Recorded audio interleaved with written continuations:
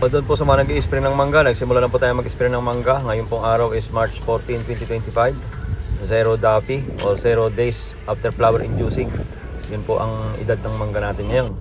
Ang timpla po natin ng calcium nitrate is 3 kilo lang po ang timpla natin per 200 liters of water. Sinamahan na rin po natin ito ng Profenopos para mapatay na po natin yung mga hoppers, at the same time yung mga weevil na nandyan po nakakapit sa mangga.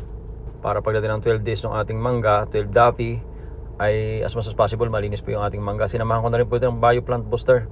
Ang purpose nito para maging healthy yung mangga at malinis yung dahon. At the same time ay pampakapit din po doon sa mga laso na in-spray natin at saka doon sa calcium nitrate.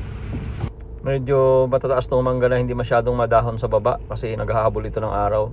Meaning to say, medyo magkakadikit-dikit po yung mangga na ito, kaya pataas siya na kunti ang dahon. Ang advantage naman nito, matagal na po hindi na-spray itong mangga. At the same time, malinis po yung kapaligiran dito. Pag malinis kasi, medyo maiiwasan na yung atake ng sisig fly o ng kurikong. For sure, ang magiging kalaban natin dito, siyempre yung fruit fly pagdating po ng July, kung sakasakali po ito yung magbunga itong ating mangga na to. Wala naman po akong plano magbalot nitong mangga, kaya dadalhin lang po natin ito sa pag-aalaga ng bunga. Malaking bagay yung Bioplant Booster kasi sustansya na siya, at the same time, sticker pa doon sa mga laso na ini-spray natin.